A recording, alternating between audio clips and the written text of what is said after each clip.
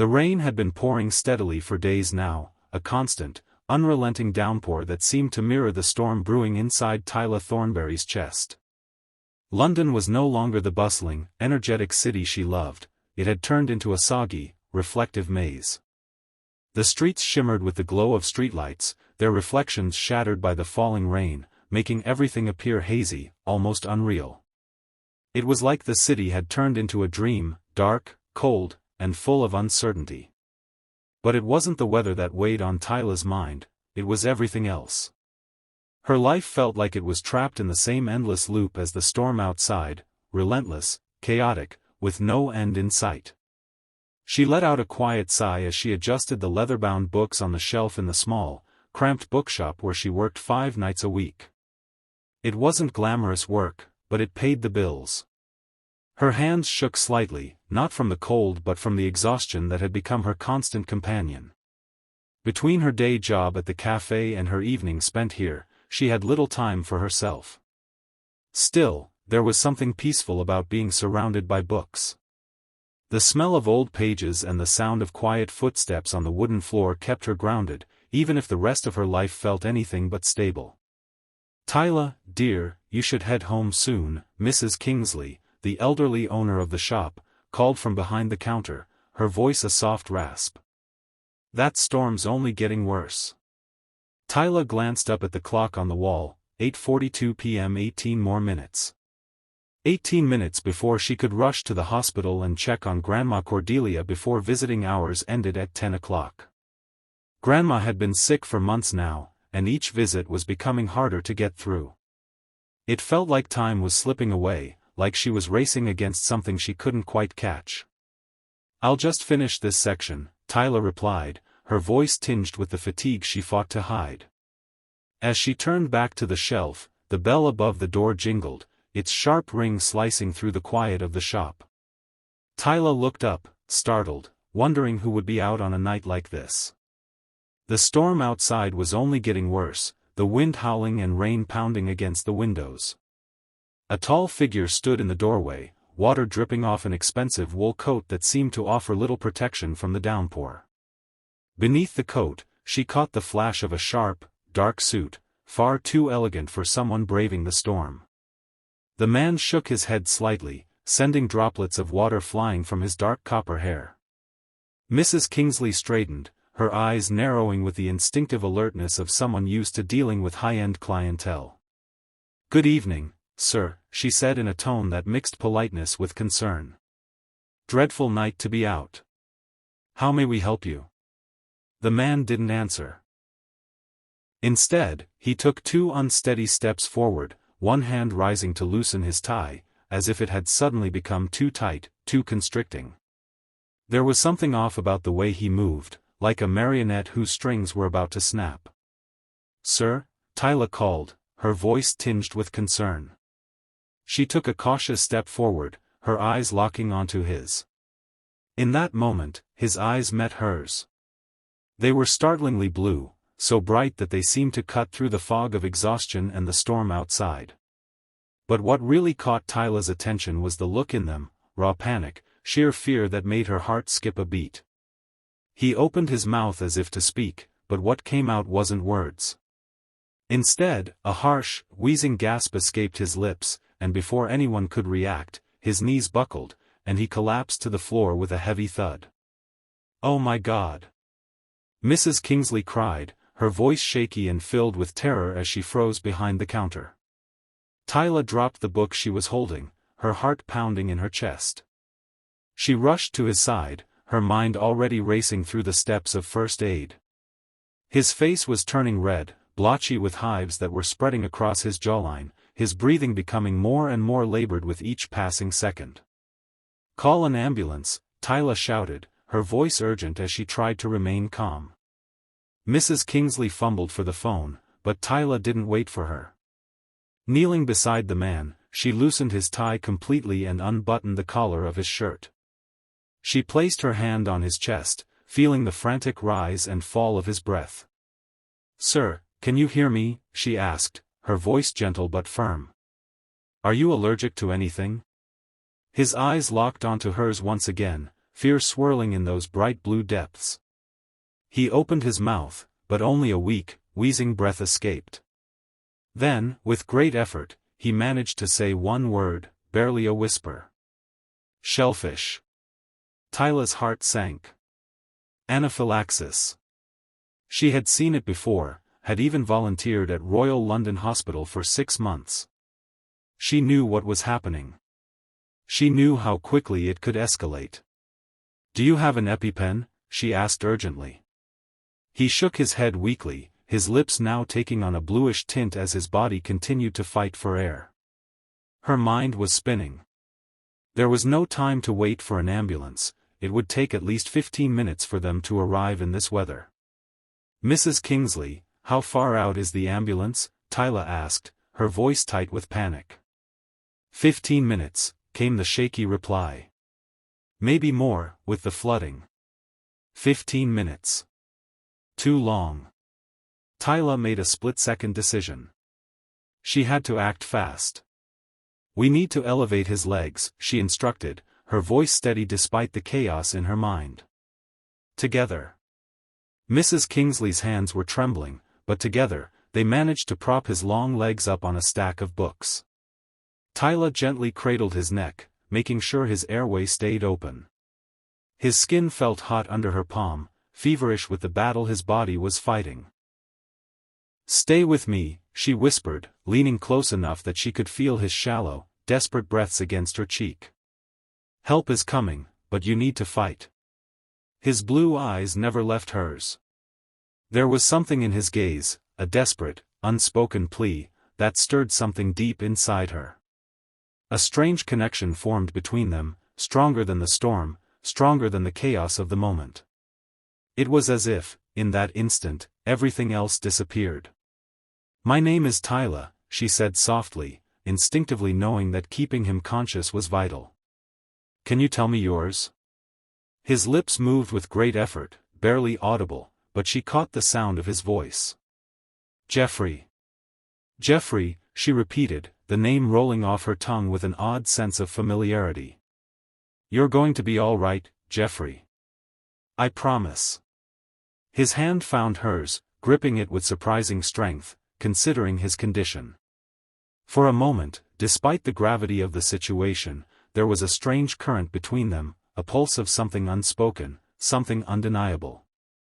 Tyla told herself it was just the intensity of the moment, the heightened emotions of the emergency. But she couldn't shake the feeling that there was more to it than that. The next few minutes passed in a blur. Tyla kept talking to him, her voice a soft, calming thread in the chaos. She told him about the books she had been shelving, about how she loved the smell of old paper, about how the rain would stop one day and the sun would come out. She told him about spring, about the flowers that would bloom in the parks. She told him anything she could think of to keep him tethered to reality, to keep him conscious. All the while, her fingers remained entwined with his, her other hand constantly checking his pulse, trying to gauge how much time they had left. When his breathing worsened, Tyla carefully shifted his body, propping him up into a semi-upright position and cradling him against her chest. His head rested against her shoulder, his damp hair clinging to her skin, carrying the scent of expensive cologne.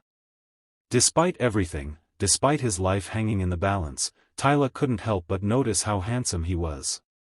The strong jawline, marred by the angry red hives, the elegant nose, the well-formed lips that were now struggling for air. "The ambulance should be here any minute," she murmured, her voice strained. "Just hold on a little longer." His eyes fluttered, beginning to close. "No, no, stay with me, Jeffrey," she urged, squeezing his hand tightly. "Look at me." With great effort, he forced his eyes open again, focusing on her face with an intensity that stole her breath away. There was something in his gaze, something that made her heart race and her chest tighten. It was as if, in that moment, they shared something that no words could explain. Finally, the sound of sirens pierced the tension. Mrs. Kingsley rushed to open the door as the paramedics stormed in, equipment in hand, moving quickly and efficiently. They took over from Tyla, asking rapid questions about what had happened. Tyla stepped back, reluctantly releasing Jeffrey's hand as they transferred him to a stretcher. Suspected shellfish anaphylaxis, Tyla explained, her voice shaking. Onset approximately 12 minutes ago. No EpiPen available. One of the paramedics gave her an approving glance. You've done well keeping his airway open. Are you a medical professional? Just a former hospital volunteer, Tyla replied, her eyes never leaving Jeffrey's face as they administered the epinephrine and placed an oxygen mask over his nose. As they prepared to wheel him out of the shop, Jeffrey's eyes found hers one last time.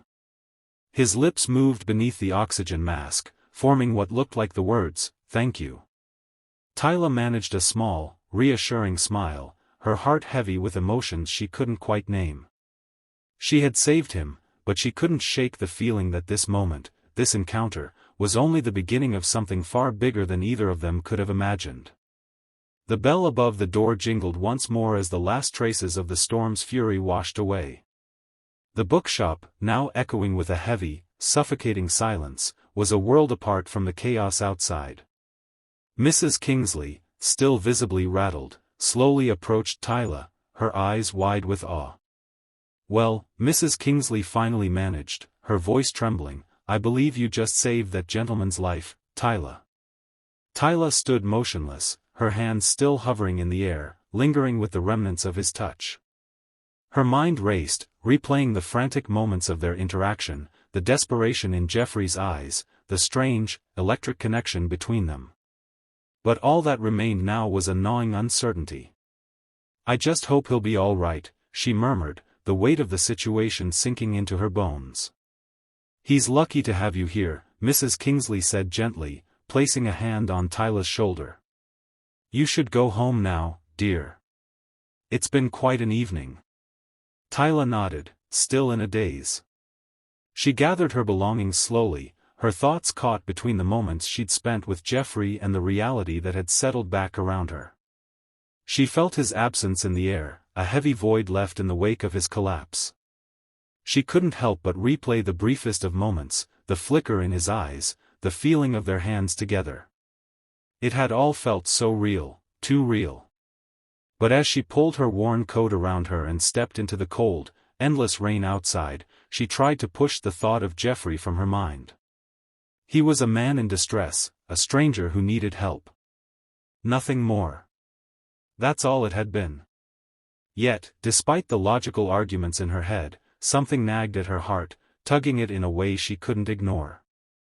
The connection she'd felt had been undeniable. And for reasons she couldn't explain, it lingered. The downpour didn't let up, and the world around her seemed lost in a blurry haze of rain and fog. An ambulance, with its sirens cutting through the night, passed her by at the end of the street. She watched it, her eyes fixed on its flashing lights, as it disappeared around the corner. She didn't know why, but something told her she wouldn't forget the man inside it, not ever. With a deep breath, Tyla pushed her thoughts away, focusing instead on her destination. Grandma Cordelia would be waiting for her at the hospital, and Tyla was already running late. She reminded herself that life went on, no matter how strange or unsettling the events of the night had been. She reached the underground station, her footsteps echoing softly as she descended the steps. As much as she tried to forget, she couldn't shake the feeling that something had shifted that evening, something far beyond just saving a life. Something that had turned the very fabric of her existence, just for a moment, upside down. What had she really felt that night? 3 weeks passed in a blur of routine for Tyla. It felt as though time had suspended itself, each day flowing into the next without much thought. But Jeffrey Williams, the man she'd saved, refused to leave her thoughts. On that stormy night, her actions had been automatic, her instincts sharp and swift. She'd never imagined that the man she'd helped would cross her path again. But deep down, she wondered about him, wondered if he would ever be the same after what had happened, or if she would ever see him again. Meanwhile, in his penthouse in Belgravia, Jeffrey Williams stood by the large window, his eyes locked on the streams of rain running down the glass. He hadn't slept well in weeks, the images of that night still haunting him, still vivid in his mind. He could still feel the urgency of the moment, the panic, and the overwhelming sense of being tethered to someone he'd only just met. She had been there when he needed someone, her calm presence cutting through his fear. Tyla. Her name lingered on his lips, soft and evocative. He could still remember the warmth of her touch, the way her hands had gripped his, keeping him grounded. But more than that, there was something else, something deeper. "You're obsessing," his friend Dr. Anton Montgomery's voice broke through his thoughts, the familiar drawl pulling him back to reality. Anton stood behind him, arms crossed, eyeing Jeffrey with a knowing look. The hospital staff checked. She didn't leave any contact information, and Mrs. Kingsley couldn't help either. "You're looking for a needle in a haystack." Jeffrey turned, his frustration evident. "She was real, wasn't she? Sometimes I wonder if I hallucinated her because of the anaphylaxis." Anton raised an eyebrow, though his tone was softer now. "She was real. The paramedics confirmed she was a bookshop employee who provided initial treatment. I don't know how, but you're fixated on her, Jeffrey. The city has millions of people. Finding one woman with only a first name, well, good luck." Jeffrey's eyes darkened, and he turned to face the window once more. "I'd know her anywhere, Anton. I would." Anton shook his head, his expression filled with skepticism. "It's normal to form emotional attachments in life-threatening situations, you know. People do it all the time when they're in shock." Jeffrey clenched his jaw, stubborn. "This is different. When she held my hand, when our eyes met, it felt like I had known her for years." Anton studied him for a long moment, his eyes searching Jeffrey's face as if looking for something he couldn't quite find. The two had been friends for over 15 years, and in all that time, Anton had never seen Jeffrey quite so unsettled. "You've never reacted to anyone like this before," Anton murmured. "After everything with Victoria." Jeffrey cut him off sharply, his face hardening. "That was different. It wasn't the same." Anton sighed, then shrugged. "Very well. But don't get your hopes up." The next morning, Jeffrey's mind was still consumed with thoughts of Tyla, unable to focus on anything else. He'd taken to wandering the streets of London, searching for any sign of the bookshop. Mrs. Kingsley's store, he knew, was located near Bloomsbury. That was his first stop. "Start there," Anton had said, though his tone had carried a warning. Jeffrey didn't care. He had to find her. Tyla, on the other hand, had not expected her peaceful Saturday morning in St. James's Park to be interrupted. She had spent the entire week absorbed in the responsibilities of caring for her grandmother, her time drained by endless tasks. But this rare moment of solitude, sitting on her favorite bench with her sketchbook balanced on her lap, was a treasure. The mist hung thick in the air, blurring the outlines of Buckingham Palace in the distance. Tyla's charcoal pencil moved fluidly across the page, capturing the misty scene before her. This was the only time she had to herself, the only space left where she could dream, even if for just a few minutes. Art had always been her escape, her true passion, but life, demanding, hard, and unyielding, had forced her to set those dreams aside. Now, all she had were these stolen moments. As she sketched, she didn't notice the figure approaching until it was too late. A shadow fell over her page, blocking the faint sunlight. Startled, Tyla looked up and froze, her pencil suspended in midair. Before her stood Jeffrey Williams. Tall, imposing, dressed in a dark wool coat, with an umbrella held over her head, shielding her from the now persistent drizzle. His eyes, those piercing, intense blue eyes, locked onto hers, and in an instant, all the memories of that night came flooding back. "It is you," he said, his voice rich and deep, tinged with something she couldn't place. "I've been looking for you." Tyla stood frozen, her mind scrambling to process his sudden appearance. He was no longer the sick man she'd held in the bookshop. Now, he was healthy, vital, and somehow, different. Aristocratic. Strong. His presence felt overwhelming, but his eyes, they were the same. The same as the man who had once been on the edge of life and death in her arms. "How did you find me?" she finally managed, her voice barely above a whisper. Geoffrey smiled slightly. "Mrs. Kingsley told me you sketch here on weekends." Tyla's heart quickened. She hadn't expected this. She wasn't sure she was ready for this. "You've gone to considerable trouble for a simple thank you," she remarked, her voice steady but with an undercurrent of unease. His lips curled into a small smile. "Is that what you think this is?" Without waiting for an invitation, Geoffrey sat beside her on the bench, the umbrella still held above them both. Their shoulders brushed, and Tyla felt the heat of his body close to hers, an intensity she wasn't prepared for. "You saved my life," Geoffrey said, his gaze never leaving hers. "I wanted to express my gratitude properly. But..." He hesitated. "I also wanted to see if what I felt that night was real, or just a result of my condition." Tyla's pulse quickened, her hand involuntarily gripping her sketchbook tighter.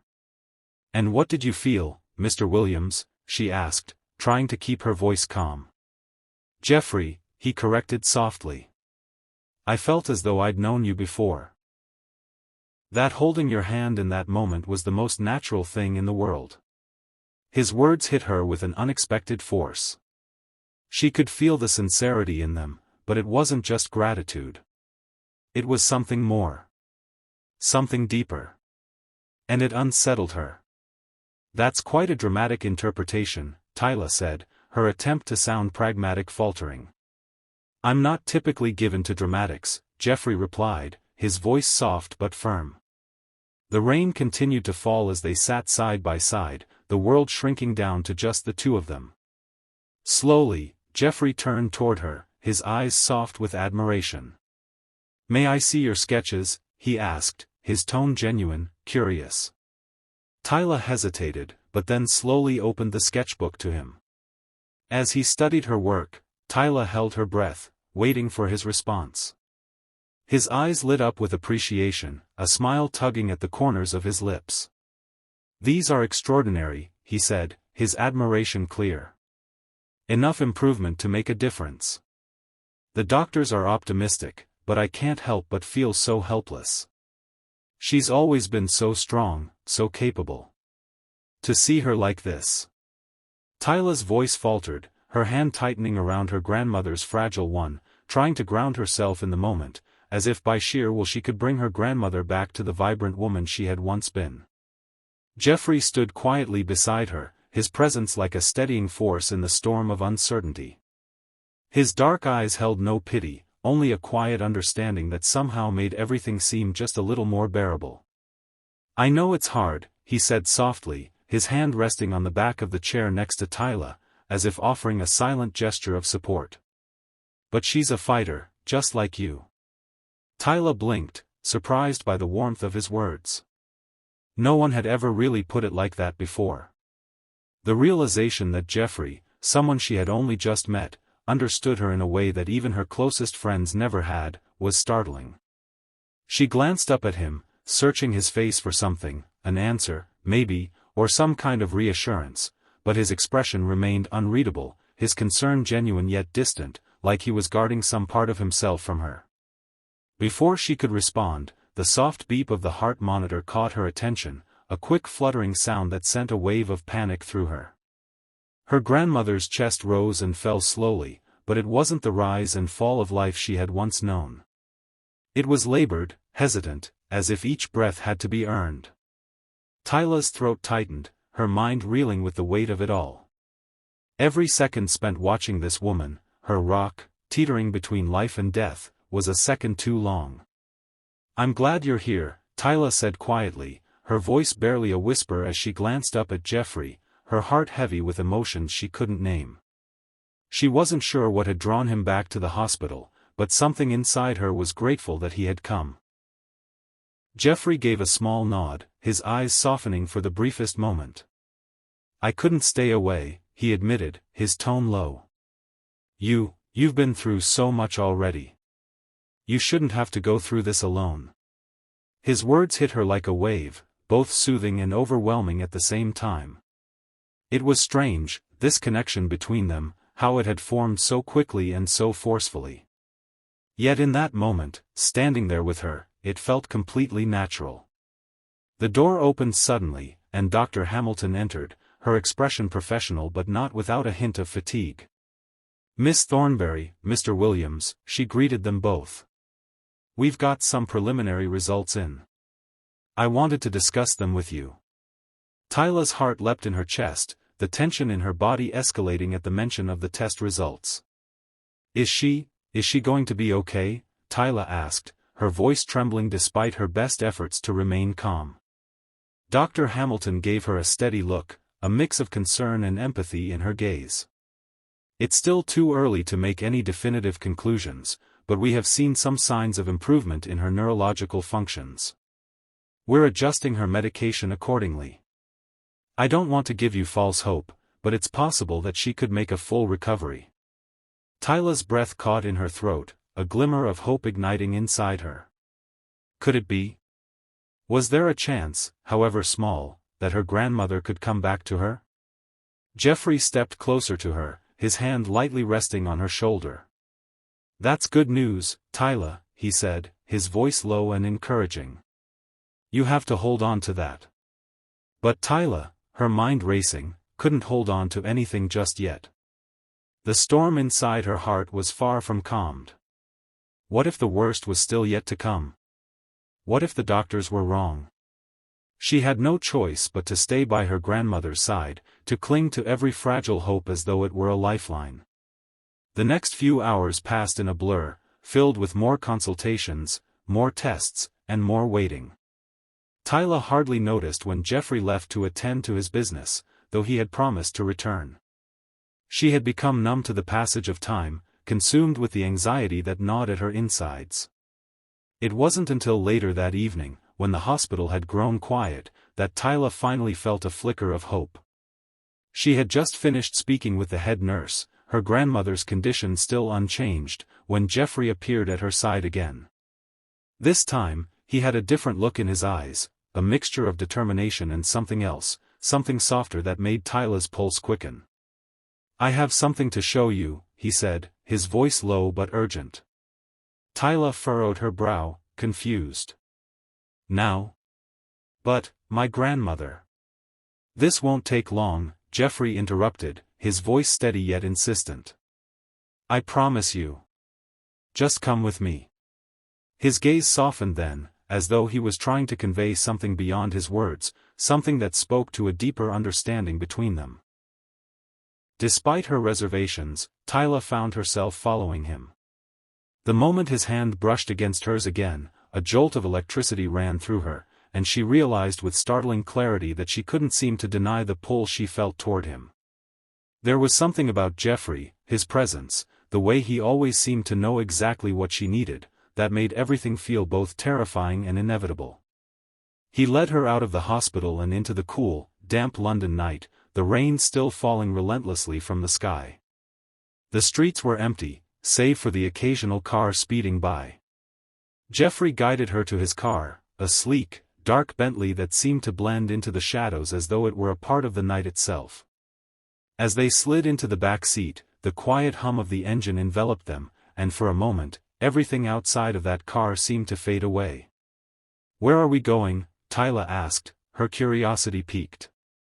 "You'll see," Jeffrey replied, his tone mysterious, his eyes gleaming in the dim light of the car. "Just trust me." The journey through the rain-soaked streets felt long, but Tyla didn't mind. Her thoughts were scattered, her heart a whirlwind of conflicting emotions. She was starting to realize that Jeffrey was no ordinary man. He was the kind of man who didn't wait for things to happen, he made them happen. And for reasons she couldn't understand, she was drawn to him. When they finally arrived at their destination, Tyla found herself standing in front of a grand, imposing building, an old, historic mansion, the kind of place that seemed to belong to another time, another world. Jeffrey led her through the grand entrance, past towering marble columns, and into a lavishly furnished drawing room. "Why are we here?" Tyla asked, her voice trembling slightly as she glanced around at the opulence that surrounded her. Jeffrey turned to her then, his expression serious yet filled with something else, a quiet urgency that made Tyla's pulse race. "Because I need you to see something," he said softly, his voice thick with emotion. "Something I've been hiding for too long." As he reached for a heavy velvet curtain, Tyla felt her stomach drop. What was it that he was hiding? And why did she feel like she was about to uncover a secret that would change everything? Jeffrey pulled the curtain back, revealing a massive portrait hanging on the wall. It was a painting of a woman, her features strikingly similar to Tyla's own. But the resemblance wasn't the only thing that made her breath catch. The woman in the portrait had eyes that shone with the same intensity, the same unspoken longing, that Tyla had seen in her own reflection more times than she could count. "Who is she?" Tyla whispered, her voice barely audible as she stared at the painting, unable to look away. Jeffrey's eyes never left her face as he spoke the words that would unravel everything. "She's your mother," he said quietly. "And she was once my everything." Tyla's heart stopped. The air in the room felt suddenly heavy, as if the very foundation of her world was shifting beneath her feet. The dim hospital room was filled with the sound of steady beeps, the quiet hum of life clinging to a fragile thread. Tyla's fingers were tightly wrapped around her grandmother's hand, the once strong and capable Cordelia now reduced to a frail figure lying in the hospital bed. The weight of the moment pressed heavily on Tyla's chest. Her grandmother's health was still uncertain, but Dr. Montgomery had finally offered a glimmer of hope. "He's cautiously optimistic," Jeffrey said, his voice calm yet filled with an undercurrent of concern. He was seated beside Tyla, his chair positioned close enough for their hands to brush as he spoke, the warmth of his touch grounding her in the midst of the chaos. Tyla glanced over at him, her brow furrowed. "Atis?" she asked, her voice full of a quiet questioning. Jeffrey nodded, his gaze steady. "Dr. Montgomery is a friend. One of the few people I trust implicitly." His fingers brushed over hers again, an unspoken promise in the simple gesture. In that moment, the world outside the hospital room seemed to disappear. The sterile smell of antiseptic and the quiet hum of medical equipment faded away, and all Tyla could focus on was the steady comfort of Jeffrey's presence. She didn't want to admit it, but she had come to rely on him in a way she hadn't expected. His calm strength had become an anchor for her in a sea of uncertainty. "You don't have to keep coming," she said softly, her voice trembling slightly. "You've done more than enough already." Jeffrey's grip on her hand tightened, and he leaned in closer, his eyes searching hers. "Do you want me to leave?" His voice was low, the question cutting through the quiet air between them. Tyla hesitated, her breath catching in her throat. She wanted to say yes, to send him away and protect herself from the complications of this strange connection that was blossoming between them. But she couldn't. The truth was, she didn't want him to leave. Not now, not ever. "No," she admitted, her voice barely above a whisper. "But I don't understand why you're here. You barely know me." Before Jeffrey could respond, the sound of Cordelia's voice interrupted them, weak but steady. "Do you love my granddaughter?" The question came as a shock, as if the room itself had shifted with the force of her words. Tyla's eyes widened, a flush of embarrassment rising in her chest. "Grandma," she protested, her voice cracking. "This isn't appropriate." But Cordelia, despite her frailty, remained unmoved. She lifted her head slightly, looking directly at Jeffrey with a piercing gaze. "I'm old and ill," she said, her voice tinged with a sharpness that belied her condition. "Appropriateness is a luxury I can no longer afford." She fixed her eyes on Jeffrey, studying him carefully. "Well? Do you love her?" Jeffrey's answer came without hesitation, his voice steady and sure. "More than I thought possible." Tyla's heart skipped a beat at his words. She hadn't expected such raw honesty, such vulnerability from him. It made her chest tighten, a mix of hope and fear flooding through her. What did this mean? Was it really possible for someone like Jeffrey to care for someone like her? Cordelia gave a satisfied nod, her expression softening just a little. "And what do you intend to do about it?" "Grandma," Tyla protested again, her voice rising, but Cordelia waved her off with a dismissive gesture. "I'm not blind," she muttered, her eyes flicking between them both. "I can see what's happening. Now help me sit up." Tyla quickly moved to adjust her grandmother, gently propping her up with pillows until Cordelia was sitting upright, her eyes sharp with determination despite her weakened state. The room was heavy with the quiet tension that had filled the space since Jeffrey's admission of his feelings.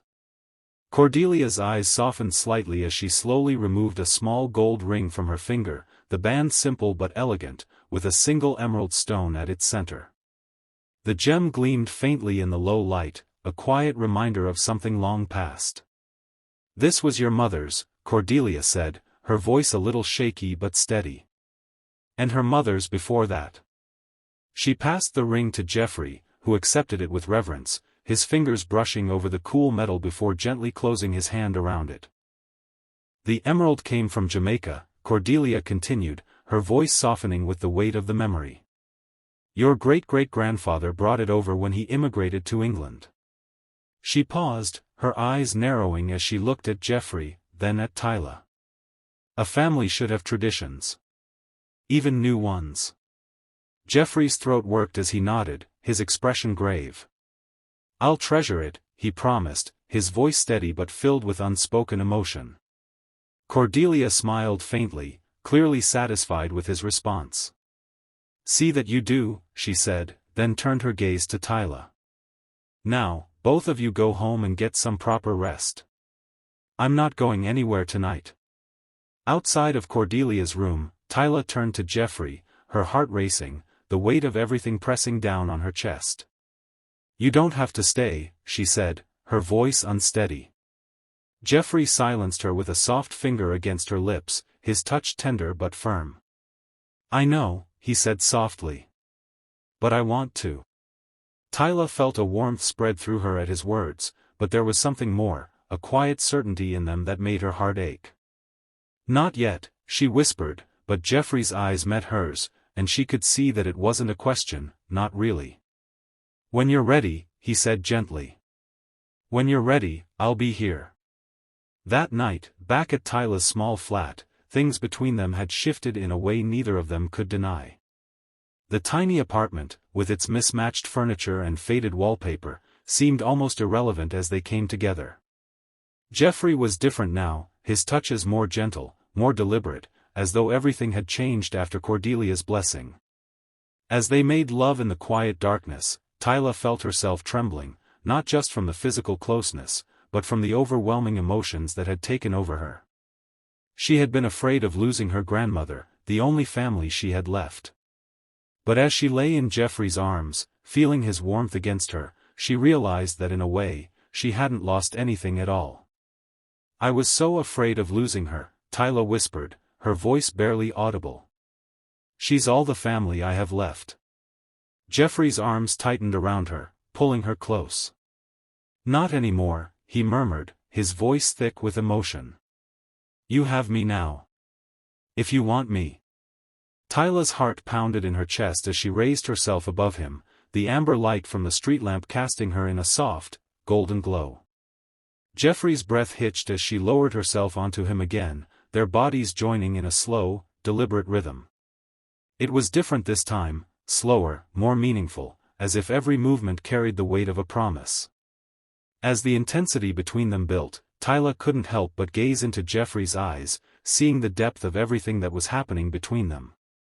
For the first time in a long time, she allowed herself to believe that there could be a future for them together, despite all the uncertainty that lay ahead. When the moment came, when their bodies finally found release, it didn't feel like an ending. It felt like a beginning, the start of something new and untold. Later, as the rain drummed gently against the windows, Jeffrey retrieved Cordelia's ring from his discarded jacket. He held it up to the dim light, the emerald gleaming softly. "I'll keep this safe," he told Tyla, his voice steady but filled with a promise. Until the day you're ready for me to offer it properly. Tyla reached out, her fingers tracing the emerald stone gently.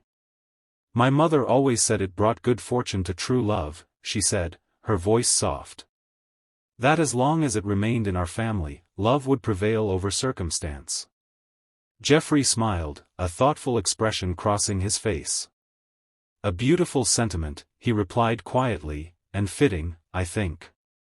He placed the ring carefully in the small wooden box on Tyla's nightstand, among her few treasured possessions. The gesture was respectful, patient, and understanding. It touched her deeply in a way she wasn't prepared for.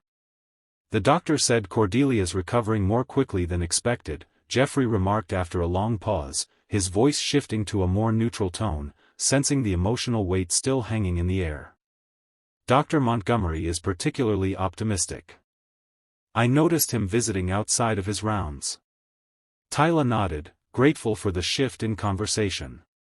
He seems to have taken a special interest in her case, she said, her mind momentarily distracted by the thought of the kind doctor. He's been visiting regularly, more than just as a doctor. I think he really cares about her. Jeffrey smiled, a knowing gleam in his eyes. Atticus has always had excellent taste, he said, his tone amused. Tyla raised an eyebrow. What do you mean? I believe he finds your grandmother quite fascinating, Jeffrey replied with a smirk. He mentioned her extraordinary spirit at least 3 times today. Tyla laughed, the sound light and bright. Grandma would eat him alive. Perhaps, Jeffrey agreed, his smile widening. But I suspect he might enjoy the experience.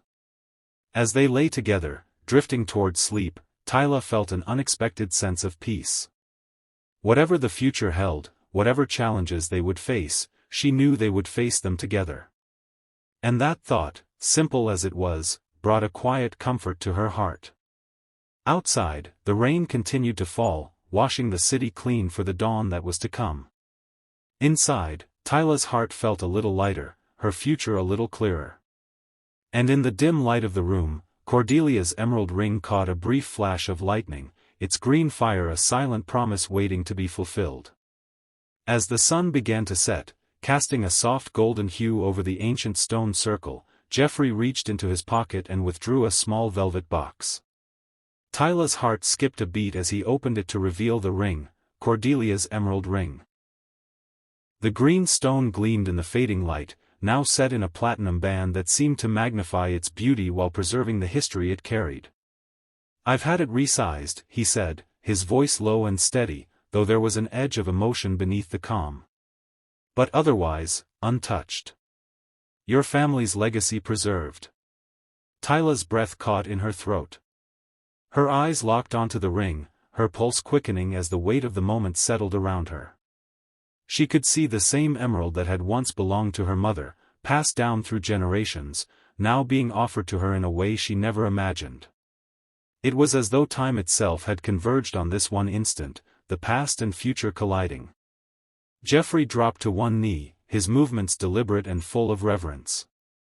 His eyes, usually so composed and confident, were now filled with raw vulnerability, and Tyla could see it, the fear, the hope, the depth of feeling he had for her.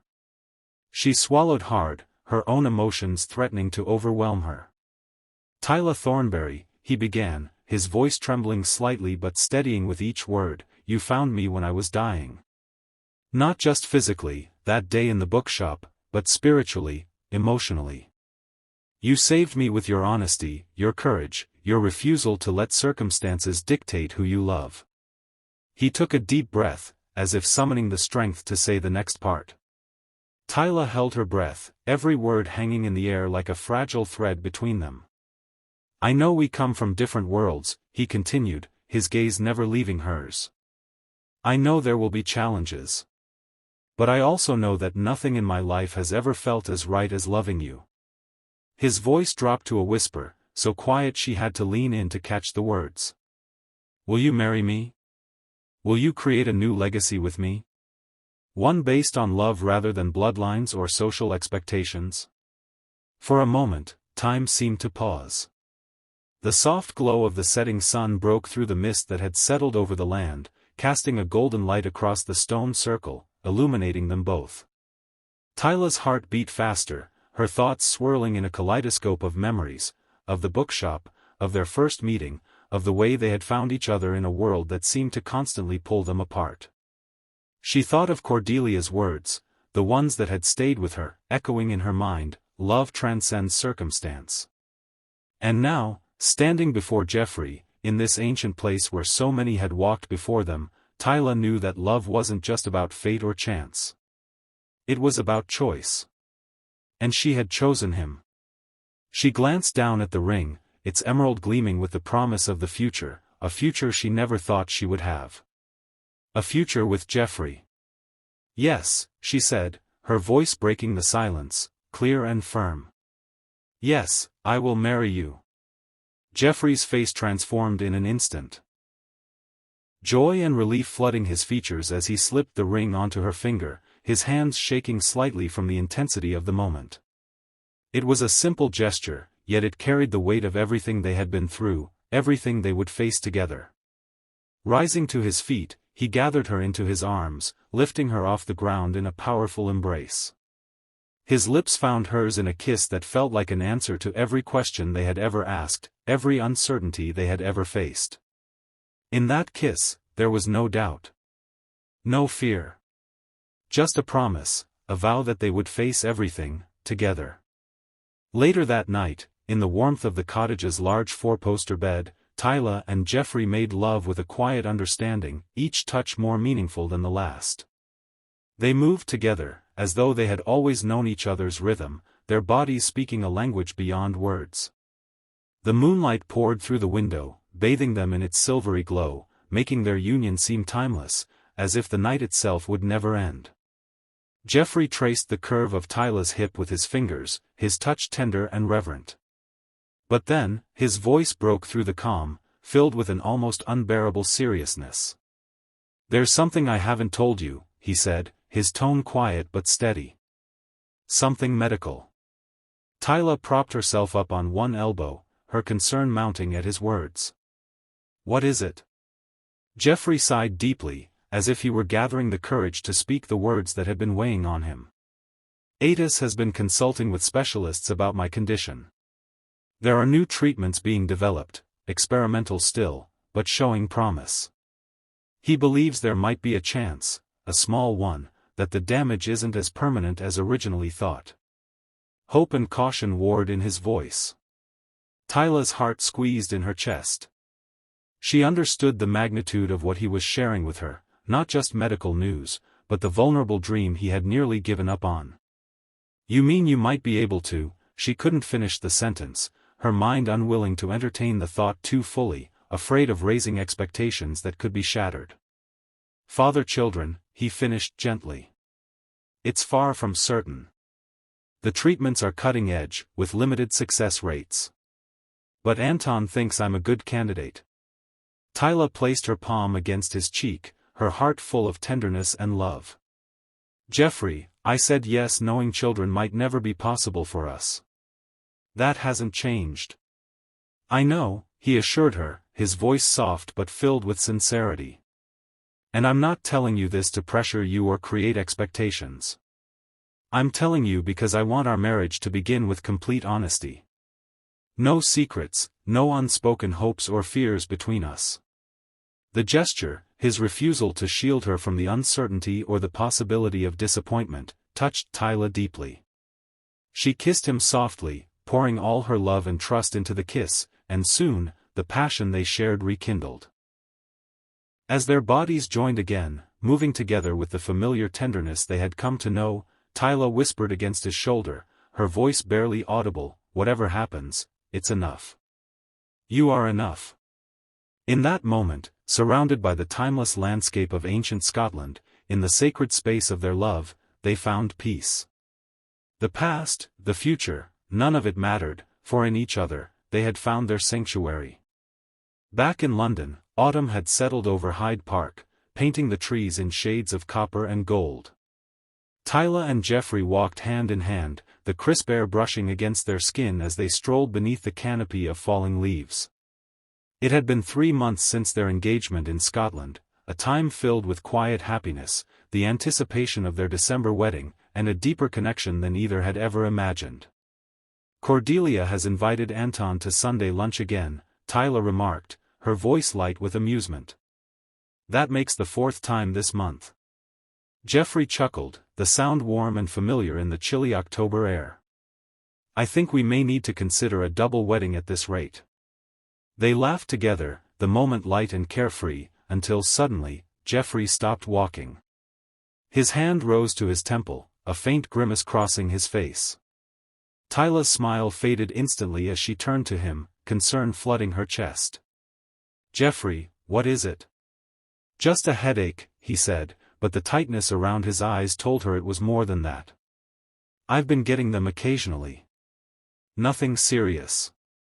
Tyla studied his face carefully. "This isn't the first time, is it?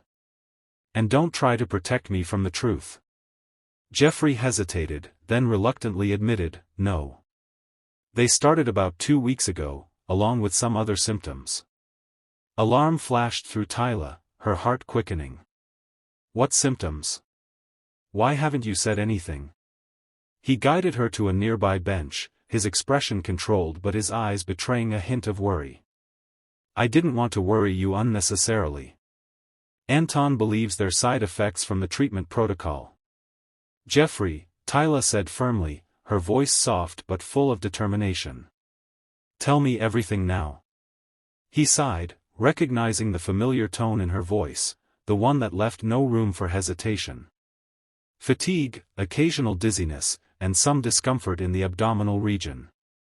His hand instinctively moved to the area of his old surgical scar. All expected reactions to the stem cell therapy and hormone regulation, according to Anton. Tyla's fingers tightened around his. Fear and love warred within her chest as she processed his words. They had found each other against all odds, and now it seemed that even their future together might be threatened. But she wouldn't let that fear dictate their path. "Why didn't you think I should know this?" she asked, her voice soft but filled with concern.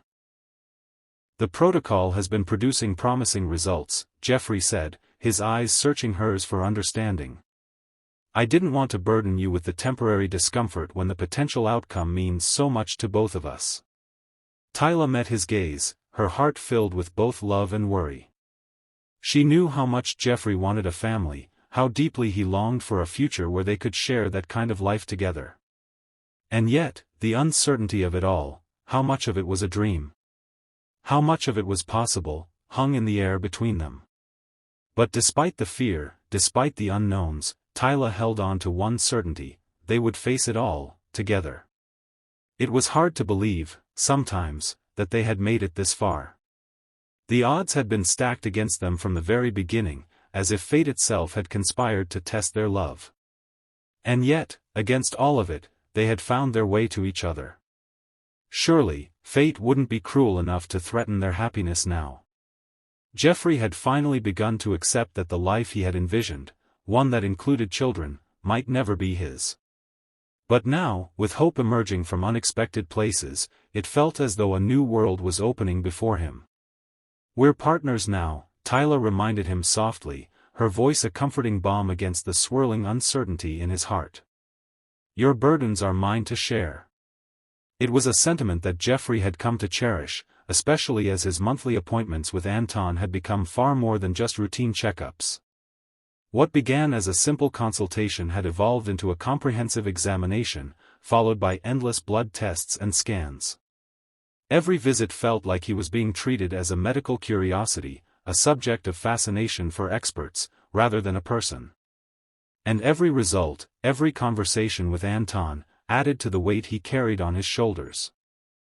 It was a sentiment that Jeffrey had come to cherish, especially as his monthly appointments with Anton had become far more than just routine checkups. What began as a simple consultation had evolved into a comprehensive examination, followed by endless blood tests and scans. Every visit felt like he was being treated as a medical curiosity, a subject of fascination for experts, rather than a person. And every result, every conversation with Anton, added to the weight he carried on his shoulders. Tyla, despite his protests, insisted on accompanying him every time. She was his anchor in the storm, her presence both a comfort and a reminder that he wasn't alone in this battle. She had become his strength, his reason to keep pushing forward, to maintain a brave face even when the fear threatened to overwhelm him. Today, they waited for Anton in his private office. The sterile environment did nothing to ease the tension that clung to the room, but Tyla, ever resourceful, had brought her sketchbook with her. She opened it with the practiced ease of someone who had been drawing for years, the pencil moving across the page with fluid precision. Since their return from Scotland, Tyla had rediscovered a passion for her art that she had long abandoned. Sketchbooks now filled with her impressions of the world around her, images that words couldn't quite capture. Geoffrey watched her from the corner of his eye, mesmerized by the way her hands worked, effortlessly transforming her emotions into lines and shading. She had always been talented, but there was something different about the way she drew him now. On the page was not just his face, but a deeper reflection of his soul. His likeness was captured not just in the details of his features, but in the way Tyla had illustrated his internal conflict, his hope, his fear, and everything in between.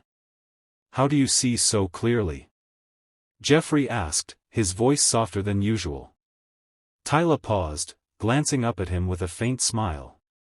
She didn't even need to think about the answer. "I don't just look with my eyes," she said, her voice gentle but firm. "I've always been able to see what people feel." She turned the sketchbook toward him, allowing him a clearer view of the drawing. "This is how you look when you think no one is watching. Caught between hope and fear." Geoffrey felt a lump form in his throat. He had never realized how much his emotions were visible to her, how clearly she could read him, even when he tried to hide behind a mask. It was both comforting and unsettling to know that she saw him in this way, so completely.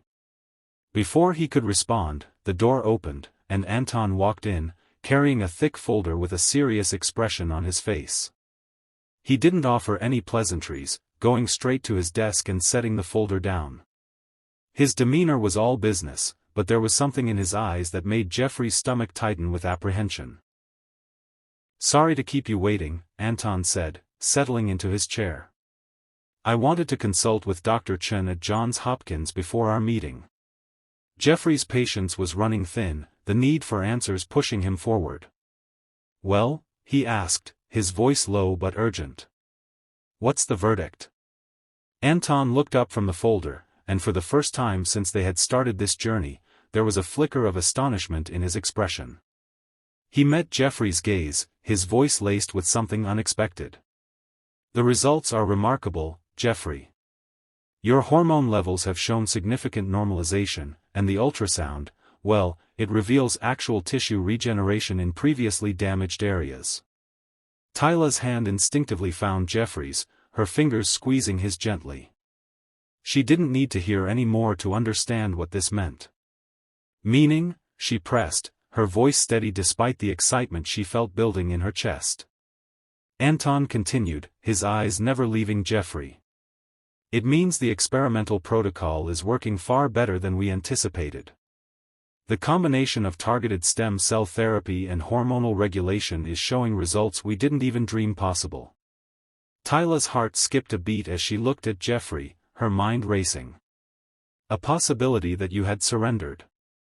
She didn't have to say the words aloud, because Geoffrey understood them as clearly as she did. "I know," she whispered, her voice soft with the weight of the moment. She squeezed his hand tighter, offering him all the comfort she could. "But it changes something for you, doesn't it?" Geoffrey sat in stunned silence, the world spinning as the new reality settled over him. For 5 years, he had convinced himself that fatherhood was a dream he would never live. He had built his life around the certainty that children would never be part of it. And now, after all this time, there was a chance. A possibility. But even as hope stirred within him, there was a part of him that recoiled, afraid to believe it. Afraid to hope. On the drive back to Geoffrey's townhouse, the car was filled with an uneasy silence. Both of them were lost in their own thoughts, the weight of Anton's words lingering between them. Neither of them spoke, but their minds were working in overdrive, processing the implications of what had just been revealed. Once they arrived at the townhouse, Jeffrey excused himself to make several business calls, his composed exterior once again firmly in place. Tyla, left alone, wandered to the sunroom, a space she had made her own at Jeffrey's insistence. An easel stood by the window, and the afternoon sunlight streamed in, casting warm shadows across the room. She hadn't had much time to work on her art since their engagement, but today, she felt the urge to return to it. The canvas that had been sitting there for weeks, an abstract piece filled with swirling blues and golds, was calling to her. It had been her first serious painting since leaving art school. The colors on the canvas represented something deeper than words could convey. The blue was Jeffrey, calm yet conflicted, while the gold was her, vibrant and full of life. Now, as she picked up her brush, she added new elements, flecks of crimson energy emerging between the blue and gold. It was as if something new was emerging from the meeting point of their two worlds, something yet to be fully realized. Hours passed as Tyla worked, her mind consumed by the task.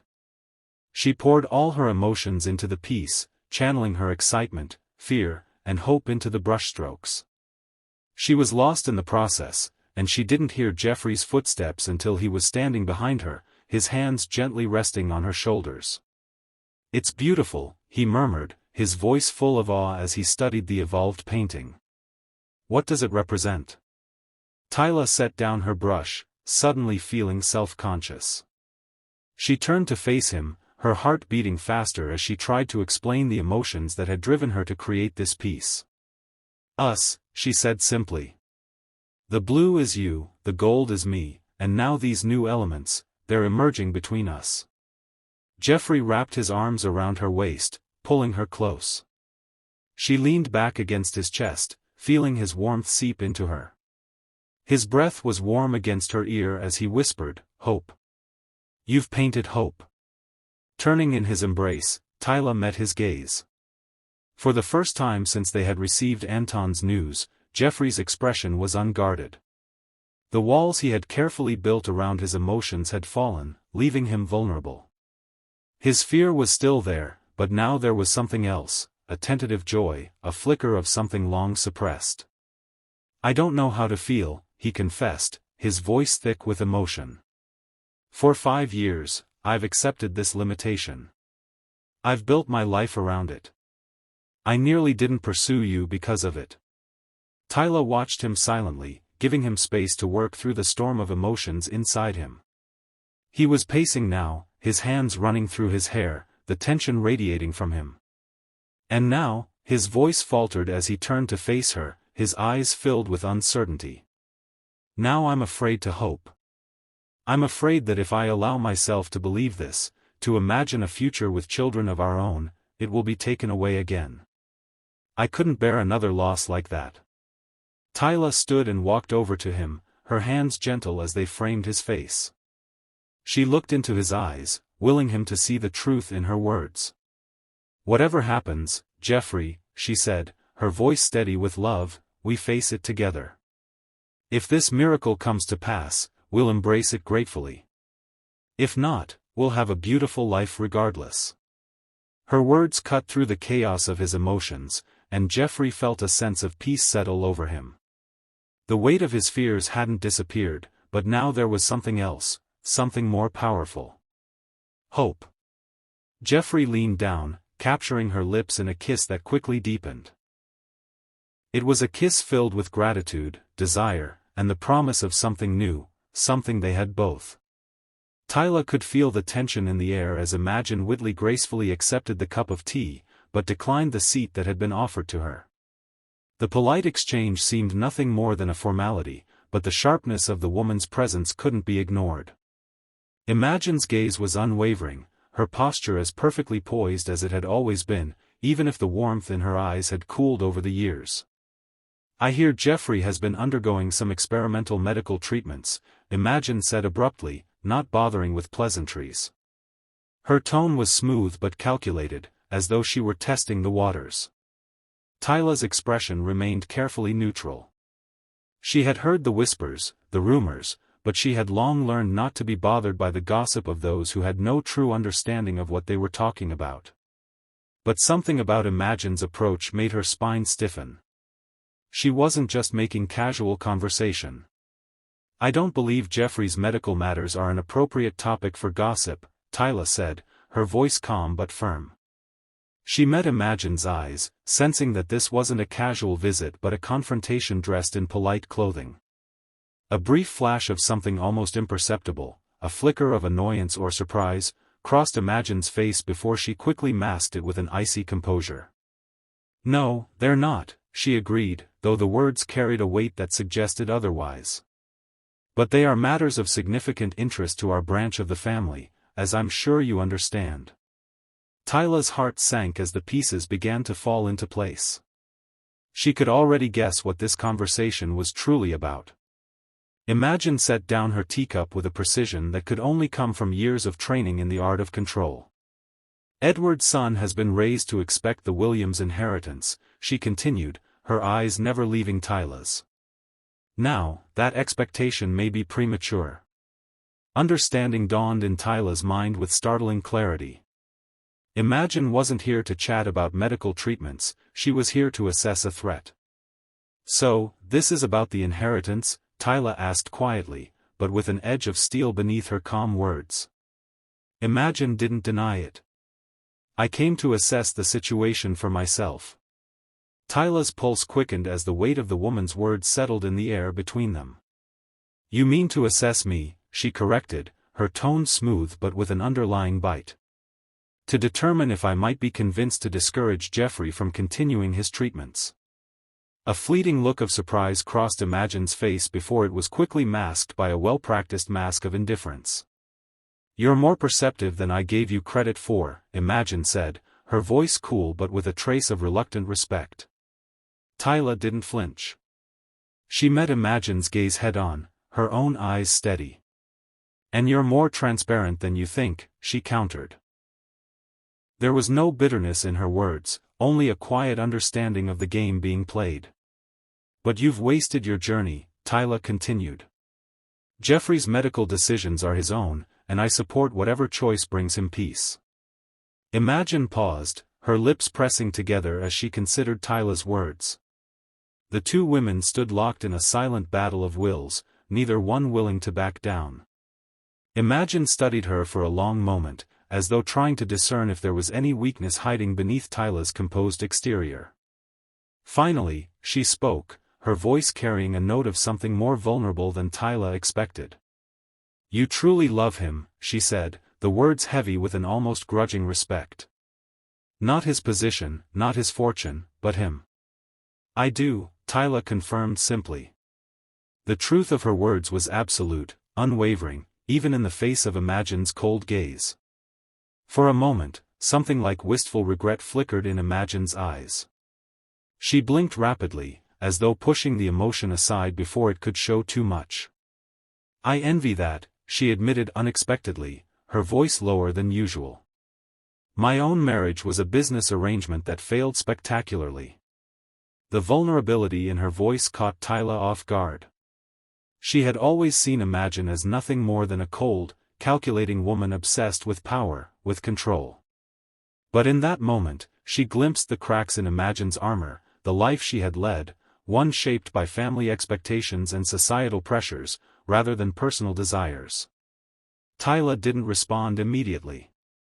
Instead, she let the silence stretch between them, feeling the weight of the woman's confession.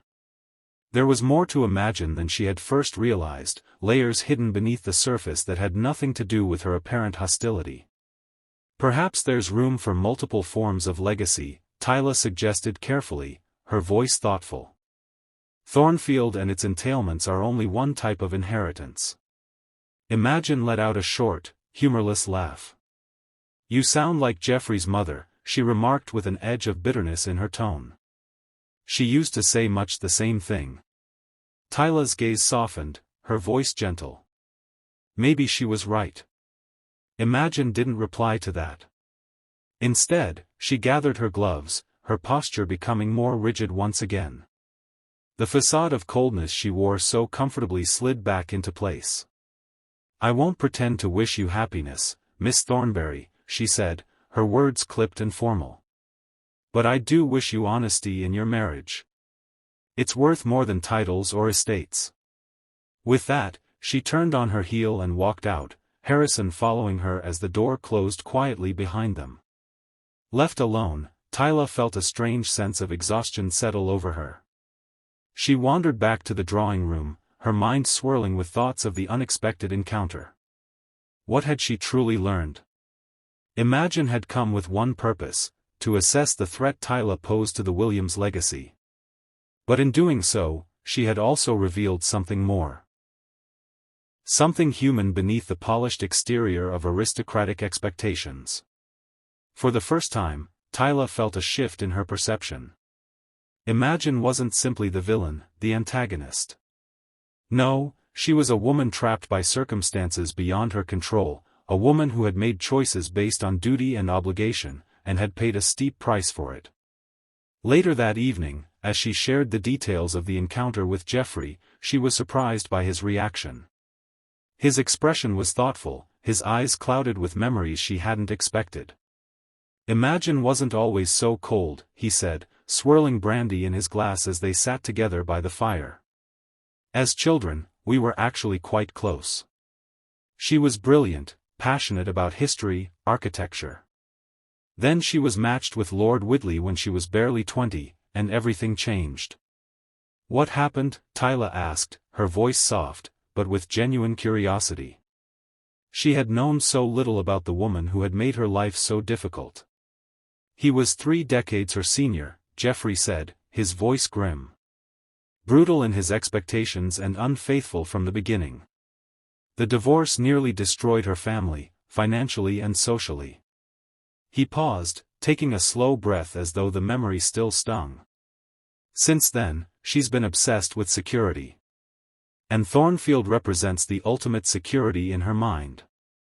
Tyla absorbed this information, understanding dawning in her eyes. "So, her hostility toward me was never truly about you," she said softly. "But about what I represent. Another threat to what she perceives as her family's lifeline." Jeffrey nodded slowly, the weight of the truth settling over them both. It was as though a veil had been lifted, revealing not just Imagine's motivations, but the complicated layers of her life. "This insight changes everything," Tyla murmured. "I can see her differently now. Not as a villain, but as a woman whose choices have been narrowed by her circumstances. A woman who had no choice but to build walls around herself, to protect what little she had left. Perhaps someday we can reach an understanding with her," Tyla suggested, her voice filled with a gentle hope. "Not friendship," she added with a quiet smile. "But peace." Jeffrey smiled at her, a genuine warmth in his expression that made Tyla's heart flutter. "Your ability to see the best in people is one of the many reasons I love you," he said, setting aside his glass and pulling her into his arms. Later that night, as they made love, slowly, tenderly, there was a quiet promise between them. Jeffrey whispered against Tyla's skin, his words filled with love and unconditional partnership. He whispered of a future shared, regardless of the uncertain road ahead. Of the family they would build, whether or not the medical miracles he had been hoping for came to pass. As Tyla drifted toward sleep in Jeffrey's arms, she felt the warmth of their connection, the security of knowing that whatever happened, they would face it together. Jeffrey, however, remained awake long after Tyla had fallen asleep. He lay there, watching the moonlight spill through the windows and paint silver patterns across their entwined bodies. For the first time since receiving Atticus's news, he allowed himself to truly hope, not just for the possibility of restored fertility, but for the family he had once believed was forever beyond his reach. It felt like a dream he had long since given up on, a dream that was now, at last, within reach. Tyla stood, quietly observing the room before her, taking in the scene with a careful artist's eye. The atmosphere was rich with soft candlelight, the glow of hundreds of tiny flames casting warm shadows against the cold stone walls of St. Margaret's Abbey. The smell of fresh winter roses filled the air, mingling with the faint scent of pine from the garlands wrapped around the pillars. It was December 21st, the winter solstice, a day of balance between light and darkness. And now, in this ancient, hallowed space, Geoffrey and Tyla were about to make their promises to each other, beginning a new chapter in their lives. She had seen him earlier, his face a mixture of calm anticipation and something more, an undercurrent of hope that made her heart swell. He looked every bit the man who had been through so much, and yet, now he stood before her like a man reborn. His posture was straight, the shadow of his previous illness a distant memory, his health and vitality restored in ways that even the finest medical minds hadn't believed possible. The darkness that had once clouded his life had given way to something else, a light, a joy that radiated from him. And beside him stood the woman who had walked this journey with him, Anton. Their bond had deepened over the months, an unexpected friendship forged not just by shared history, but by shared medical expertise. Tyla couldn't help but notice how comfortable they were together, how effortlessly they had come to rely on each other. As Tyla reached Geoffrey, he turned to her, his hands finding hers immediately, pulling her close. His voice, steady and clear, was filled with a tenderness that made her heart beat faster. Together, they had written these vows, and now it was time to speak them aloud. "I come to you not as a man who has everything," Geoffrey began, his eyes never leaving hers, but as one who found his greatest treasure in the most unexpected place. "You saw me at my weakest and gave me strength. You faced my darkest truth and offered light. I vow to honor the miracle of finding you with every day we share." Tyla's eyes glistened as she absorbed his words, the depth of them echoing in her chest. Her voice, when she spoke, was steady, carrying with it the weight of everything they had already been through, and everything they were about to face. "I promise to walk beside you through whatever life brings. To create beauty from challenge, to find strength in vulnerability, and to remember always that love is the greatest artwork we will ever create together. What began as chance, I now claim as choice, to be your partner, your equal, your home." When they exchanged rings, his grandmother's diamond joining Cordelia's emerald on Tyla's finger, everything felt like it was falling into place. The moment was perfect, a culmination of all the love, hope, and uncertainty that had brought them to this point. And then, as the bells of the abbey rang out, marking the exact moment of the solstice, the vicar's voice echoed through the space, "I now pronounce you husband and wife. What God has joined together, let no one put asunder." Their first kiss as a married couple felt like more than a simple gesture. It was a promise, a commitment, and a beginning. Tyla felt the world pause for a moment as their lips met, as if the universe itself recognized this union, this perfect moment where everything aligned. The reception at Thornfield Manor was a sight to behold. What had once been a stern, imposing hall had been transformed into a magical winter wonderland. Soft white lights twinkled among garlands of holly and ivy, and tables were adorned with crisp white linens and sparkling crystal. Tyla sat beside Geoffrey at the head table, her gaze sweeping over the guests, taking in the beauty of the evening. Her mind, ever the artist, noted the composition of guests, the interplay of light and shadow, the way the room seemed to breathe in harmony with the guests gathered inside.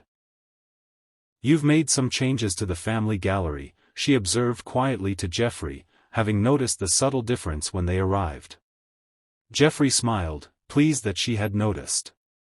"I had my mother's self-portrait brought down from storage and hung in the central position. The first of many changes, I hope." Tyla understood the significance immediately. This wasn't just about art, it was a quiet revolution against the centuries-old traditions of the Williams family, traditions that had valued only male contributions. Geoffrey was reclaiming his family's legacy, not just for himself, but for her as well. She couldn't help but feel deeply touched.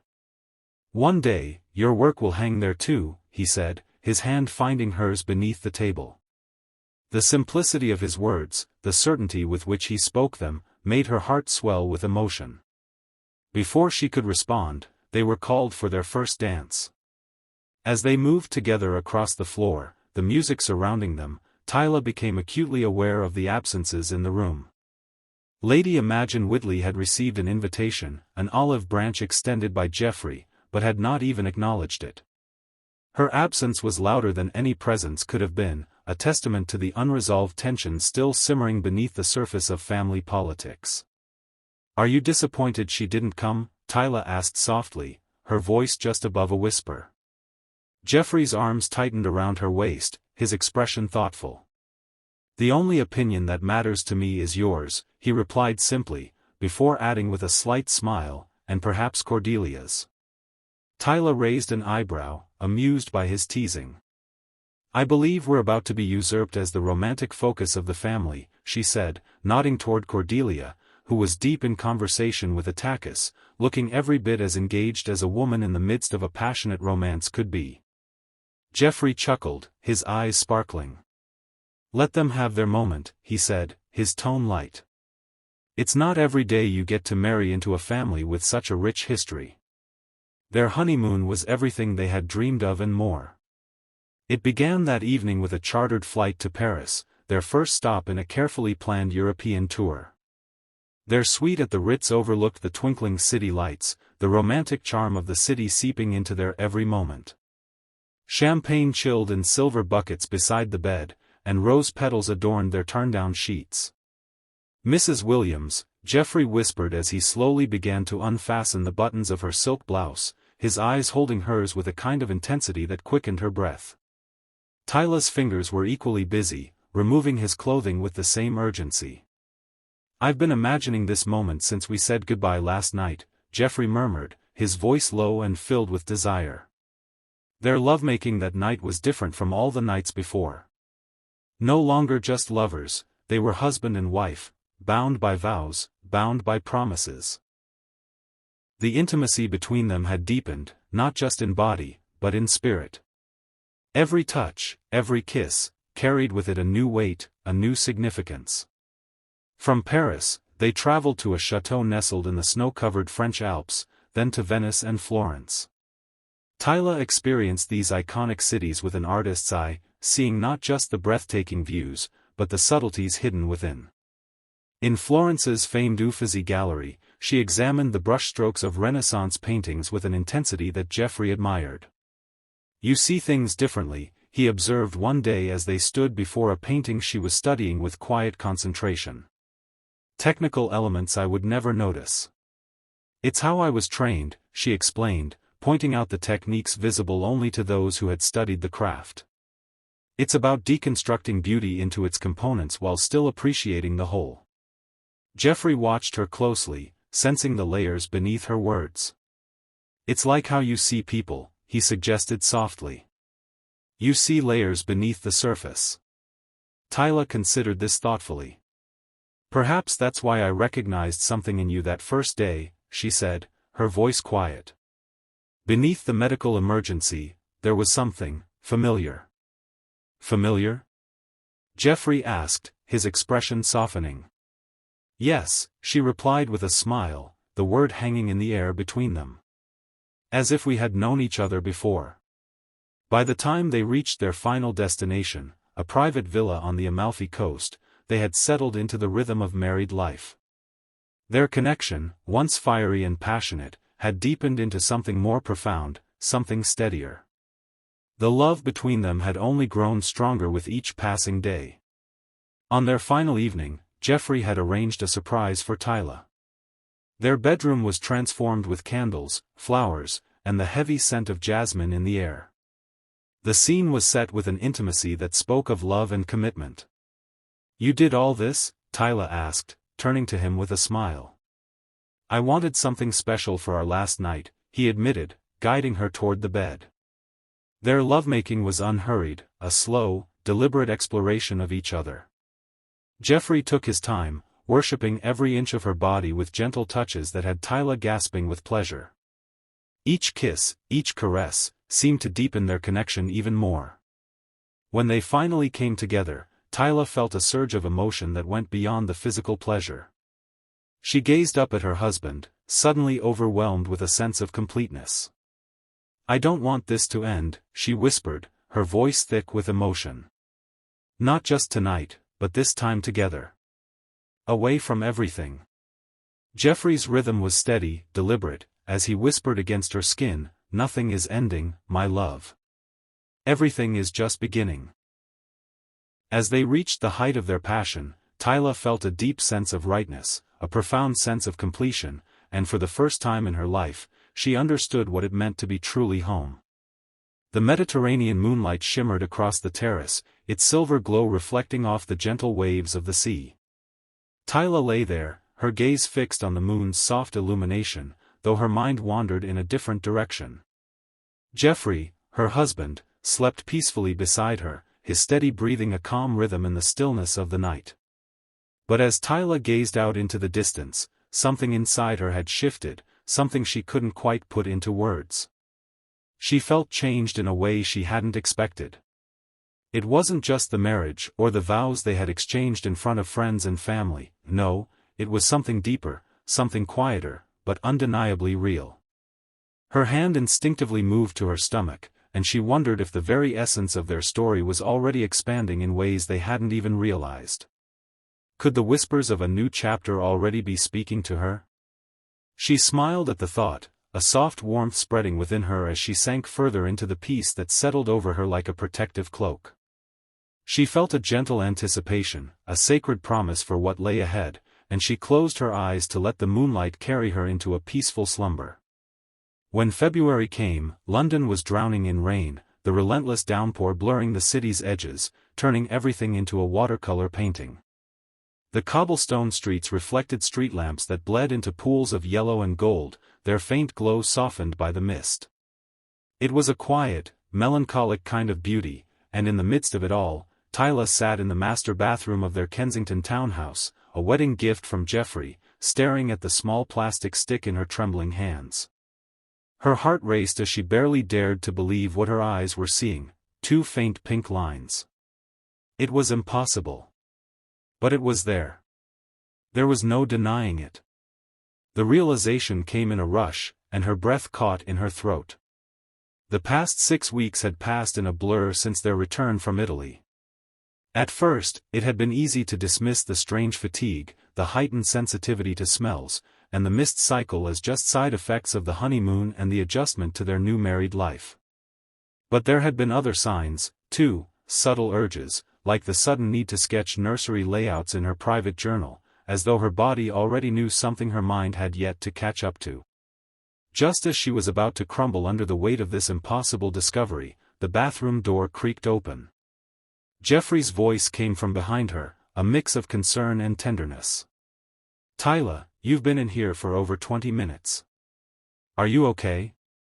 He froze as his eyes locked onto what she was holding. Time seemed to stretch in that moment, everything around them fading away until it was just the two of them, suspended in a moment of awe and disbelief.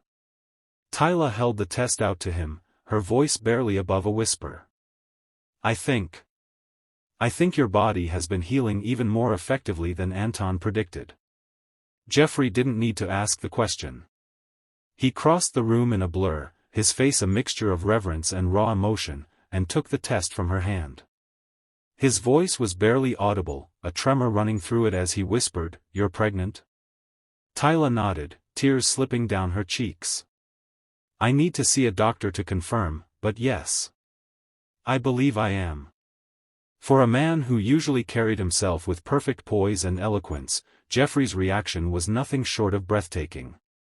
A strangled cry, half laugh, half sob, escaped him as he sank to his knees in front of her, wrapping his arms around her waist, his face buried in her stomach. "A child," he whispered, his voice thick with emotion. "Our child." Tyla's hands threaded through his hair, her own tears falling freely now, mingling with his. "The miracle we didn't dare expect," she said softly. When Jeffrey finally looked up, his face was alight with such joy that Tyla's heart swelled in her chest. It was a joy that wasn't just about the pregnancy, but about the future they were now bound to share, one that would stretch far beyond the boundaries of this moment. Without a word, Jeffrey rose to his feet and gently lifted her into his arms, carrying her to their bedroom. As he laid her down on the bed, he treated her with a tenderness she hadn't experienced before, as though she had suddenly become the most fragile thing in the world. "Jeffrey," she laughed through her tears, her voice light. "I'm pregnant, not made of glass." "You're carrying our child," he corrected, his eyes never leaving hers. "The most precious thing in my universe." That morning, their lovemaking was unlike anything they had shared before. It wasn't urgent or desperate, but slow, deliberate, almost worshipful. Jeffrey treated her body as though it were sacred, as though it held a miracle. And in a way, it did. The two of them, intertwined, felt the weight of their love, their commitment, and the promise of a future that was now intertwined with the two small lives growing within her. As they lay together afterward, their bodies still connected, Jeffrey placed his hand over her stomach protectively.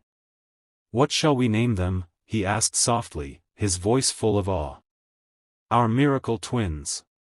Tyla smiled, her fingers gently brushing the skin of his hand. "For two boys, I've always loved the name Sebastian.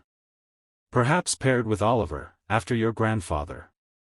Jeffrey repeated the names to himself, testing their sound. Sebastian and Oliver Williams. He smiled. Distinguished, strong, perfect together. They both drifted into a peaceful sleep, their hands intertwined over the small, growing lives they had created against all odds.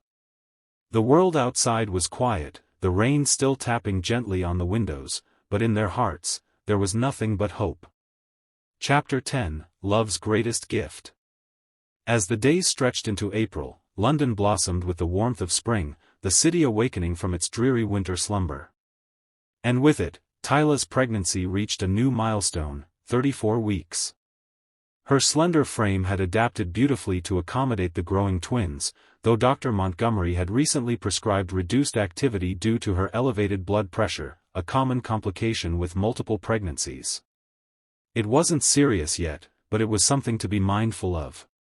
The nursery, a gift from Jeffrey and his mother, Cordelia, had been completed under Cordelia's careful guidance. The walls were painted a soft sage green, and the artwork was a collaboration of sorts. Tyla had sketched woodland creatures, and Jeffrey had insisted they be professionally transferred to the walls. Twin oak cribs sat near the windows, with identical mobiles of wooden stars that glinted in the morning light. Jeffrey stood beside her, his hand resting on her growing belly as he observed the room. "You've incorporated elements from both our families beautifully," he said, his voice full of pride. "The Williams oak furniture with your artistic vision. It's perfect." Tyla smiled, placing her hand over her stomach as she felt one of the twins shift, their movements more pronounced now. "They're running out of room," she said with a tired grin. "Anton says they're developing perfectly, but I suspect they'll arrive before the 38th week target." Impatient, like their father. Jeffrey placed his hand beside hers and felt the strong movements beneath her skin. "Impatient, huh?" he mused with a smile. "Sounds like a Williams trait." The peaceful moment came to an abrupt end as Tyla gasped in pain, clutching the doorframe. A sharp, sudden ache radiated across her lower back. Jeffrey was instantly alert, his voice full of concern. "What is it?" "It's just Braxton Hicks contractions," Tyla assured him, though her expression remained strained. "Anton mentioned they'd increase this week." Jeffrey, never one to take any chances, gently guided her to their bedroom. "You need to rest. I'll contact Anton." The physician arrived within the hour, his expression more serious than usual. After a thorough examination, he delivered the news with somber professionalism. "Your blood pressure has reached a concerning level," Anton said, his voice firm. "The protein levels in your urine indicate that preeclampsia is progressing despite our preventative measures." "What does that mean for Tyla and the babies?" Jeffrey asked, his tone controlled, though his knuckles were white as he gripped the bedpost. "It means hospital admission today," Anton replied. "If we can't stabilize your condition within the next 24 hours, we'll need to deliver the twins immediately." The words hung in the air, heavy with implication. Tyla's heart skipped a beat. But Anton wasn't finished. Seeing their alarm, he softened his voice. They've reached excellent development at 34 weeks. Their prognosis would be very good. Within 2 hours, Tyla was settled into the hospital room, her thoughts racing, her heart pounding. The storm was coming. But would they be ready for it? A soft light began to filter through the drapes of the private suite, its pale glow mingling with the sterile white walls of the maternity hospital. Jeffrey had been by her side every moment, his presence unwavering, as if his mere proximity could somehow protect her from the unknowns of the situation. The hours passed in a quiet blur, filled with the steady rhythm of the machines monitoring her condition and the gentle hum of hospital activity outside her room. Jeffrey was a constant, a reassuring shadow in the corner of her world. He'd even arranged for all of his work to be handled remotely, refusing to leave her side except for the briefest necessary absences. It was clear he couldn't bear the thought of being anywhere but close to her, and in a way, she didn't want him to leave either. His presence, though understated, was the anchor she desperately needed. On the morning of the second day, after the flurry of activity had calmed and the soft beeping of the monitors had settled into a rhythm, Tyla found herself alone for the first time since being admitted. She leaned back against the pillows, her gaze wandering over the pale walls of the room, lost in thought.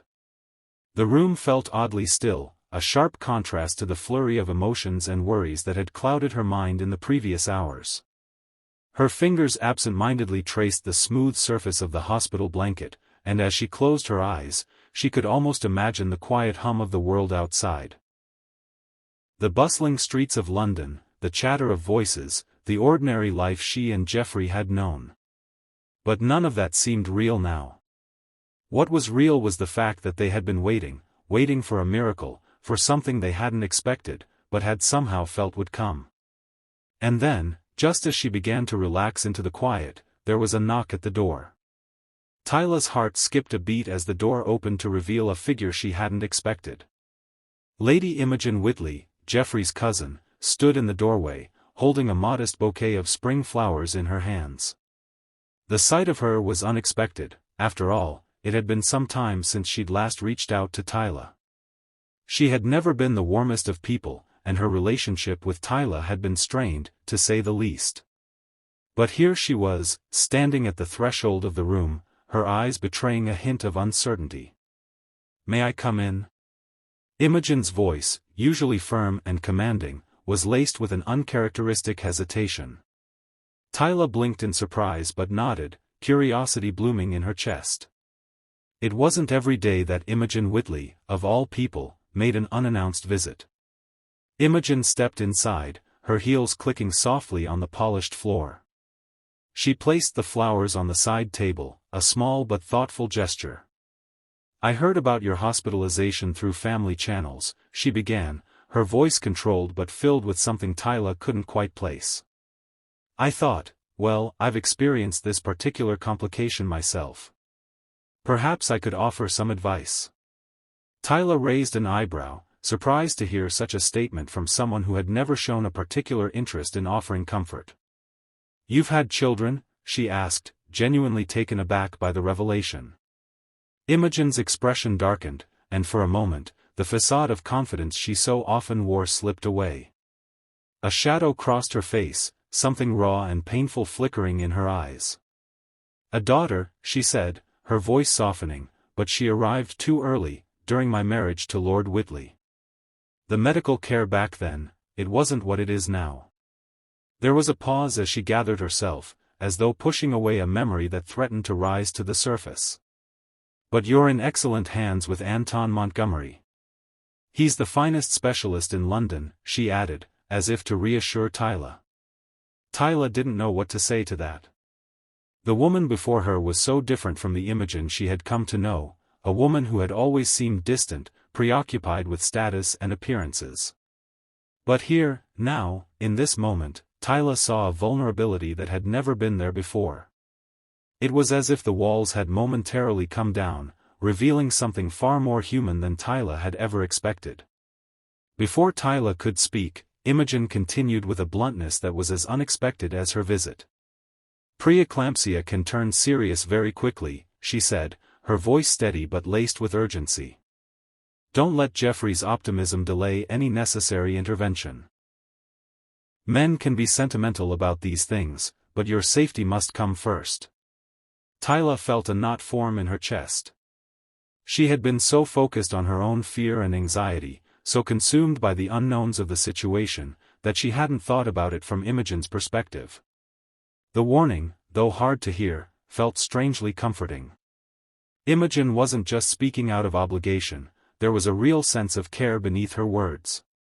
Thank you, Tyla said softly, touched by her unexpected visit. For the advice, and for coming. Imogen nodded, her face returning to its usual composed state. The Williams men need strong women to balance their dramatic tendencies. It seems you're more than equal to the task, she said, her voice returning to its formal tone. She glanced at Tyla's monitor readings with a practiced eye before adding, I'll have my secretary send over the contact information for the best pediatric specialists, just as a precaution. With that, she turned to leave, her footsteps quiet as she exited the room. Tyla sat there for a moment, the quiet settling over her again. Imogen's visit had shaken her, not just because of the information shared, but because it had revealed a side of her that Tyla had never seen before. It was as if the icy wall that had always stood between them had cracked, revealing the cracks of a woman who had suffered, who had faced tragedy herself, and who understood the delicate balance between hope and fear. As the door clicked shut behind her, Tyla reflected on what she had just learned. Imogen's past, her daughter, the loss, the pain, suddenly explained so much about the woman she had come to know. She was no longer just an antagonist, a distant cousin who had always seemed cold and calculating. No, now she was a person with a history, a woman who had lived through the kind of loss Tyla could only imagine. It softened something inside Tyla's heart. Imogen's brittleness wasn't born out of malice, but out of survival. When Jeffrey returned a few hours later, he was surprised to hear about Imogen's visit. The mention of the child, her lost daughter, seemed to have an impact on him as well. His face softened as he listened to Tyla recount the conversation. I never knew, he said quietly, his voice betraying an unfamiliar tenderness. About her child. It explains so much. Tyla nodded, her mind still processing the conversation. But their moment of understanding didn't last long. As the day wore on, her condition began to worsen. Her blood pressure, already elevated, continued to climb, and the dull, persistent headache she had been trying to ignore grew more intense. She could feel the weight of it all pressing on her, her body, the baby's, the mounting uncertainty. Every moment felt like a ticking clock. By evening, things had taken a turn for the worse. Atakis, the doctor, gathered the medical team for an emergency consultation. His expression was grave, his usual calm demeanor now tinged with concern. We need to perform a cesarean immediately, he said firmly, his eyes meeting Jeffrey's. The risks of waiting now outweigh any benefits of further fetal development. We can't delay. Jeffrey, despite his calm exterior, was visibly shaken. Tyla could see the fear behind his steady gaze, the anxiety he was trying to hide. But he was holding it together, for her, for the babies. As the medical team prepared for the procedure, Tyla clutched Jeffrey's hand with surprising strength. Stay with me, she whispered, her voice strained but filled with an undeniable determination. Always, he promised, his voice steady despite the whirlwind of emotions swirling inside him. He refused to leave her side, no matter what. He would be with her, every step of the way. And so, the procedure began, the operating room filled with the efficient sounds of medical professionals at work. Tyla could feel the cold touch of the surgical instruments, the strange numbness spreading over her body. But through it all, she kept her eyes on Jeffrey. His gaze never wavered from hers. Even in the face of fear, they were together. And then, just as she was beginning to lose herself in the haze of medication, she heard it, a high, indignant wail piercing through the sterile atmosphere. Baby A is a boy, Anton announced, his voice filled with quiet pride. Excellent size for 34 weeks, strong lungs. A wave of emotion hit Tyla like a flood, and she whispered, through the haze of exhaustion, "Sebastian." "Sebastian Ellington Williams," Jeffrey repeated, his voice thick with emotion. Seconds later, another cry joined the first, a second, equally strong and determined. "Baby B is also a boy," Anton confirmed. "Slightly smaller, but well developed." "Oliver," Jeffrey said, his voice filled with wonder. "Oliver Anton Williams." Tyla smiled through her exhaustion, her heart swelling with a love she hadn't known was possible. Their sons. Their beautiful, miraculous sons. As the babies were carefully taken away for initial assessments, Tyla and Jeffrey shared a look that said it all. The fears, the doubts, the struggles, all of it had led them to this moment. And they had made it. Against all odds, they had brought two perfect little boys into the world. When the twins were brought to her for the first time, Tyla could hardly believe it. The tiny bundles of life, swaddled in soft blankets, looked so delicate, yet so strong. Sebastian, the firstborn, gripped her finger with surprising strength. Oliver, his twin, seemed just as determined, his features already showing hints of the man he would grow to become. "They have your eyes," Jeffrey whispered, his voice thick with emotion. "And your determination." Tyla smiled, her heart full as she watched her sons. The love she felt for them was overwhelming, almost too much to contain. This moment, the beginning of their family, the start of a new chapter, was everything. Later, when Cordelia arrived, followed by Atticus, the room filled with the warmth of family. The elderly woman approached the twins with a reverent air, her face transforming with joy as she touched each small head in turn. "My great-grandsons," she whispered, her voice full of love. "Your grandfather would have been so proud of you, Tyla." Jeffrey stood beside her, his eyes on the scene before him, for generations of family, not just bound by blood, but by love. It was a moment that spoke to the deep, unspoken connections between them all. As the days passed, the twins grew stronger.